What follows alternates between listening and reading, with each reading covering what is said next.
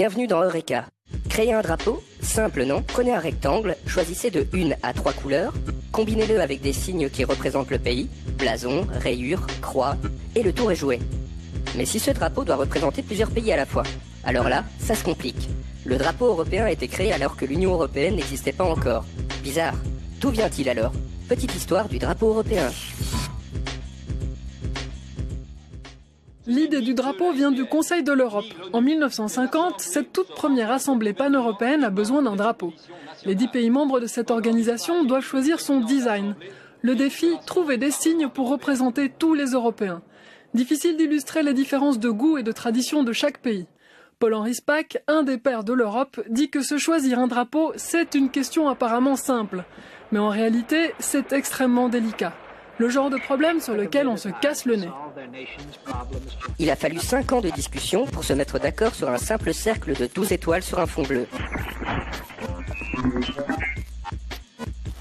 Le drapeau européen est né alors que l'Union européenne n'existait pas encore. Les pays ont choisi la couleur azur, elle représente le ciel du monde occidental. Les étoiles sont le symbole de l'espoir des nations qui brillent dans le ciel. Elles forment un cercle invisible, signe d'unité, de solidarité et d'harmonie. Les étoiles ne se touchent pas pour montrer que l'Europe est ouverte sur le monde. Le Conseil de l'Europe a conseillé aux institutions européennes d'adopter leur drapeau, mais il faudra 30 ans pour qu'il devienne un symbole de l'Union. Décembre 1985, les dirigeants des pays de l'Union adoptent enfin le drapeau européen. Et en mai 1986, il est hissé pour la première fois. Le drapeau comporte 12 étoiles, 12 comme les 12 mois de l'année, les 12 heures de l'horloge, les 12 signes du zodiaque ou les 12 apôtres. 12, le nombre de la perfection dans de nombreuses traditions.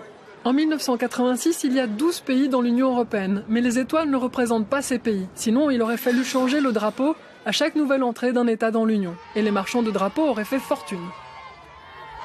2005, le drapeau européen fête son 50e anniversaire. Une vraie star. Le drapeau azur est un symbole fort et certains pays craignent qu'il ne fasse de l'ombre à leur drapeau national. Le drapeau européen a 50 ans, il est dans toutes les cérémonies officielles. Partout en Europe, on le voit à côté des drapeaux nationaux dans les bâtiments officiels. Mais certains pays membres remettent en question les symboles européens, car ils leur donnent l'impression que l'Union européenne joue un rôle de super-État. Le drapeau et les autres symboles sont retirés du traité de Lisbonne. Mais 16 États y sont quand même attachés. Et en décembre 2007, ils proclament leur attachement aux symboles de l'Union européenne. Des symboles partagés aujourd'hui par tous les Européens. Voilà pour le drapeau. Il est un des 4 symboles de l'Union européenne, avec l'hymne à la joie, le 9 mai et la devise unie dans la diversité.